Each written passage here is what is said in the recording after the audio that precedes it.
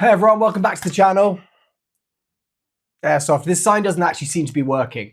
Most of the videos, I think only one video I've actually used this sign in when it's been reviewed by YouTube. They've said, actually, you can monetize this video. The rest of them, they've just said, no, it's unmonetizable or you can't run ads on this video. So this sign obviously isn't working. So if you guys have any suggestions for signs that I could actually show YouTube that would make them realize that these aren't real when they're actually reviewing the videos, I would love that down below. Hopefully it's text, put it down there and we'll get like creating, and hopefully we can create something which will like strike a chord a bit. Anyway guys, today is an unboxing video. As you can see, I've got a lovely box here and I'm actually really excited for this one. I have Jaeger Precision to blame again. You know, he's probably cost me a huge amount of money in the last couple of years, and this is no exception. I was playing with him, as I've mentioned multiple times, in Birmingham at HC2 Airsoft, and when I was there, he was actually using a replica that I have in this box. Now you're right, Charlie. He basically said, hey, you should get one of these. And I kind of was like, you know, maybe, maybe not. Since then, I've actually seen the video he posted of the gameplay when we were playing together there. I've seen some of the reviews. I've gone back and watched them of this thing specifically. And I also ended up ordering a replica that's going to use the same mags as this. So you may be kind of like thinking, oh, what is that? You know, maybe I'm going to guess. The replica that I've ordered, which hasn't arrived yet, but that will be another unboxing video next week, is the Maruyama MP9. And there is another replica which uses the same mag. So basically, I went down the route of being like, I'm going to get this MP9. I messaged him a couple of times on Discord, and I was like, hey, should I get an MP9 after he did the unboxing video? He was like, it's really cool. He was like, the trigger gets some getting used to, but it's been really good so far. And I've got the KWA MP9, and you've maybe seen me do some videos on it. I've done a couple of videos on me changing this out to like the CQB bolt and trying to make it work better, but I'm still just not like overly impressed with it. So I really want an MP9. I've really kind of wanted one for a while, and so I ordered that. So when I was ordering that, I was like, right, well, I need to go and order a load of mags. And the place I've ordered it from, being Action Airsoft in Taiwan, didn't actually have any of the magazines that I need for this replica in stock. So then I go down the rabbit hole of, okay, right, well, I need magazines for this thing. Where am I going to get them? I go to AirsoftMegastore in the US. And what is quite nice with these Maruyama ones, which I find with VFC, because this really is like built in a VFC factory, a lot of the VFC stuff just doesn't make it to the US. You can import it, but actually like VFC gas blowbacks, I mean, a lot of VFC stuff does make it to the US. VFC gas blowback rifles, a lot of them can be a little bit like, they're not making it here, so you have to import them. It seems like Maruyama, or you know, this subsidiary Maruyama, I think they're a separate company, but they actually have their stuff built in a VFC factory. They kind of license out to VFC. One sec, hold on. Sorry, just had to take a quick work call there. Anyway, this is another version from Maruyama. Basically, they seem to get these into the US, which, you know, makes me very happy because paying the shipping import fees is expensive. You can't currently get the MP9 here, and I don't know if that's going to change. But this you can get, and this has been out for about a year, I believe. And when I was playing with Jaeger Precision, he basically was playing with it that night. He let me hold it and pick it up, and I was like, wow, this thing is so light, and it is. The other thing that confused me quite a lot is that, like, this is a copy of the B&T SPC-9. That's what it is. It's the SPC-9 Pro, I think, because it's got this shortened stock. But it basically is a... you don't get a flash hider with this thing? That's pretty crazy if they don't have one. One sec. So it basically is an SPC-9. However, it seems like Maruyama in a lot of places have like named it the 5PC-9. And I suppose you could get away with like 5PC on there as opposed to SPC. But it was quite strange to me that I was like, okay, this is like definitely not a 5PC-9. Ergonomically, it feels really good. Yeah, this is one thing I was waiting for, is this fire selector. A lot of people have said it's just really, really good. It is a little bit wobbly though, I would say. Like, It's good as in the click's really good, but it isn't like super, super firm. You've got a polymer lower, metal upper. You've got the hop-up adjustment is here, which I think can be good, but also can be not good if you're trying to put an attachment on the top here. It's got a charging handle at the front, which is really cool.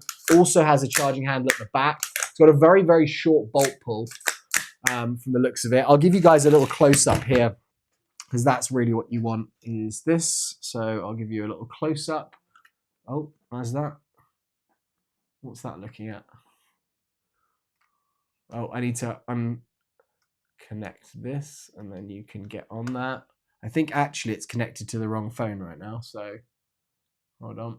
That's me actually looking at it. Okay, right now that's not working, which is ideal. Oh, connecting. So I think maybe, no, it's not. All right.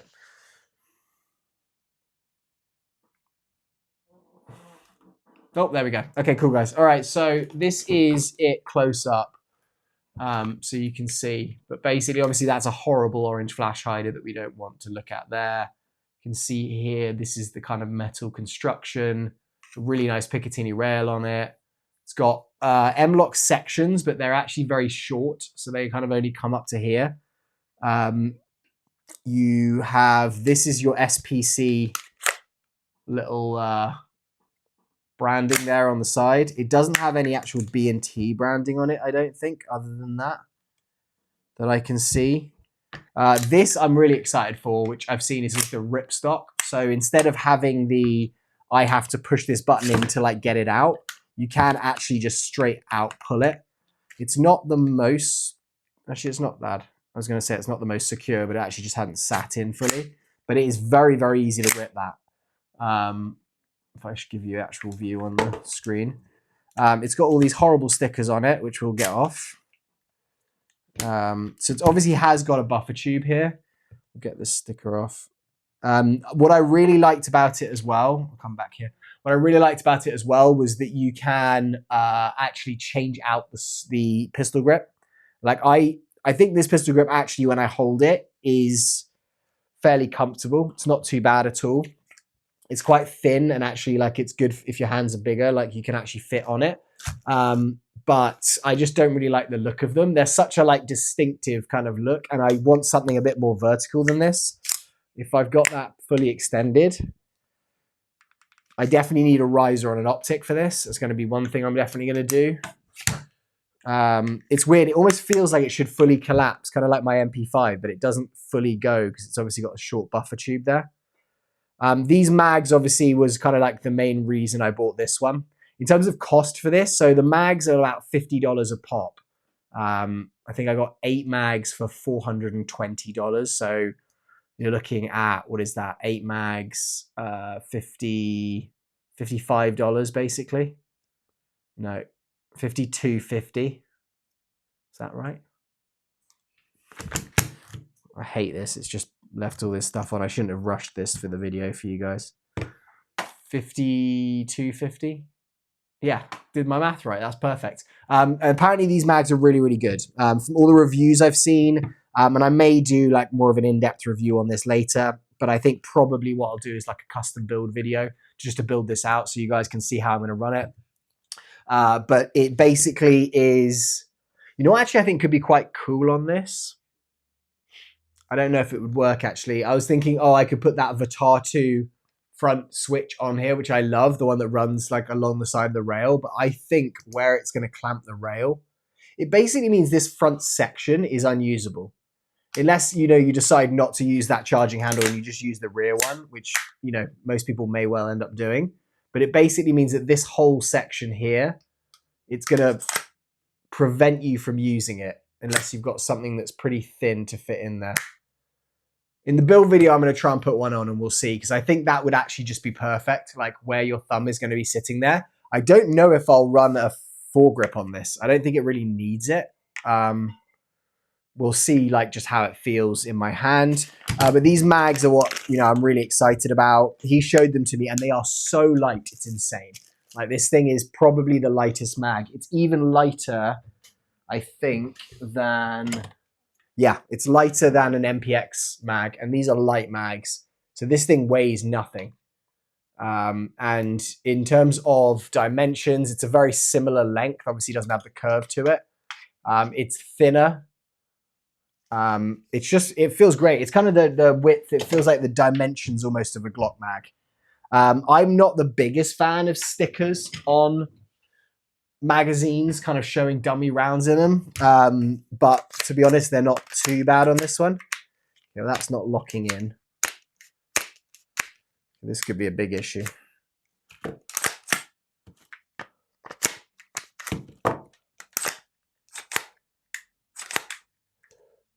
Okay, so we have an issue here, which is that this mag's not going in.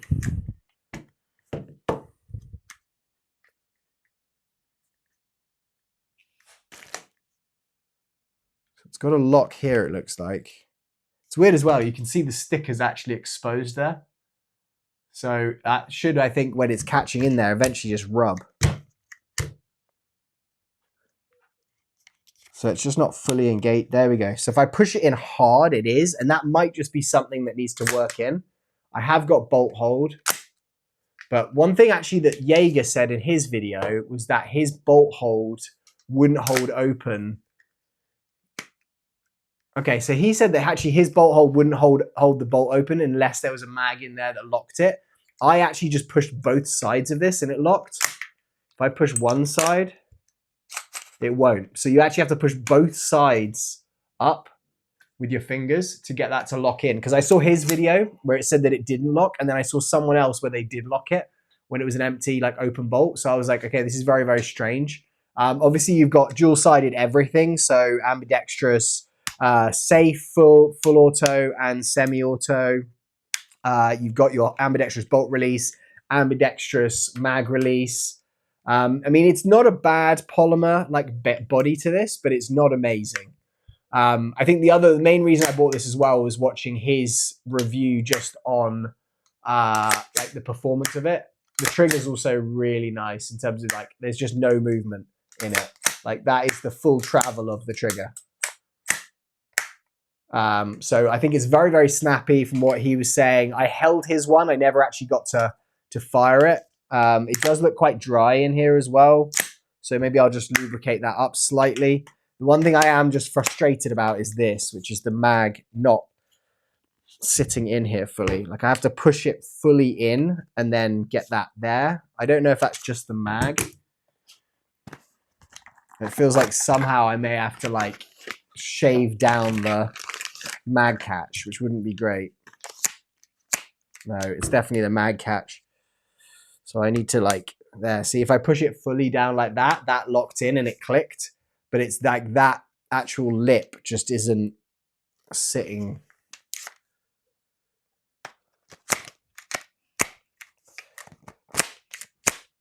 So you have to physically force it down and then it will click in. If I rock it forward slightly.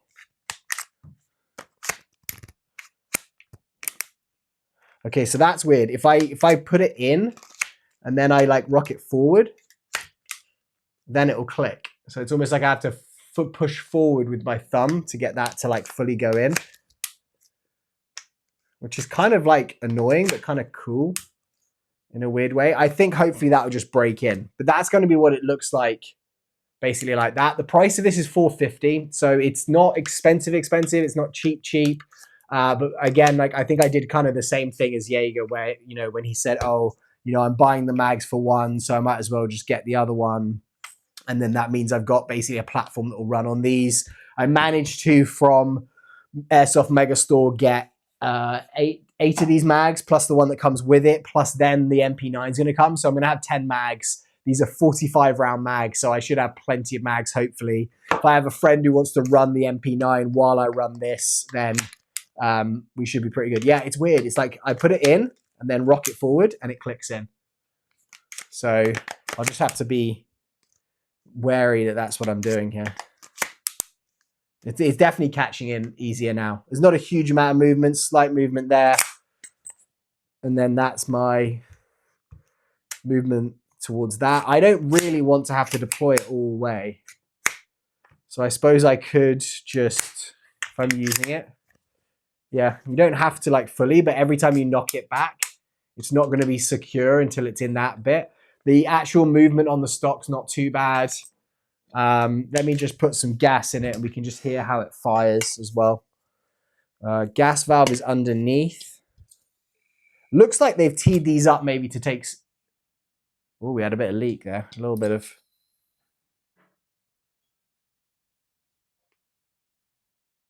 Looks like they've teed these up to take CO2 at some point. Like you could switch that out for a CO2 input. It's almost the width of it. I might be just making that up completely. Okay, I'm just dropping gas everywhere. Okay, so I don't know, like I can't just, okay, that went in fine. Dry fire wise, I'm just gonna hold the bolt down to fire. So we'll go to, that's on safe with the white, semi-autos here. Oh, it is super snappy, like, and then full auto rate of fire. Yeah, it's got a nice little like kick to it for sure. Okay, guys, so that's going to be the unboxing of this. I hope you enjoyed it. If you have any questions about the actual replica itself, let me know, and I'll get on that ASAP. Very shortly, i.e. after this video has stopped filming, I am probably going to go and start getting attachments and get rid of this horrible orange flash hider, even though it feels like this one's going to be a horrible one to get off. Already worried about that. So I'm gonna have to try and get this flash hider off. Charlie's now trying to come up and say hi. So let's just quickly. Here's Charlie. Again, he's grown more since the last video. So look here. Can you see yourself? Look, up here. Up here. See there? Look. There you go. You see? Anyway, he gets stopped a lot, like how cute he is at the moment. Anyway, guys, thank you so much for being here. If you have any questions about this one, let me know. I will be back very soon with a video on the upgrades and what I'm going to do. I think maybe internally I'm going to leave it for a little bit, maybe do a hot rubber, and then I'll do a video for you on the build out, and then I've also got the MP9 coming on Monday, which is after the weekend, and I'll be doing a video on that as well. And then look out as well, I'll be doing shorts on this too. So have a great day, love you all very much, and have a great weekend. It's probably not the weekend when I'm posting this, it might be a Saturday, so have a great weekend. Bye bye.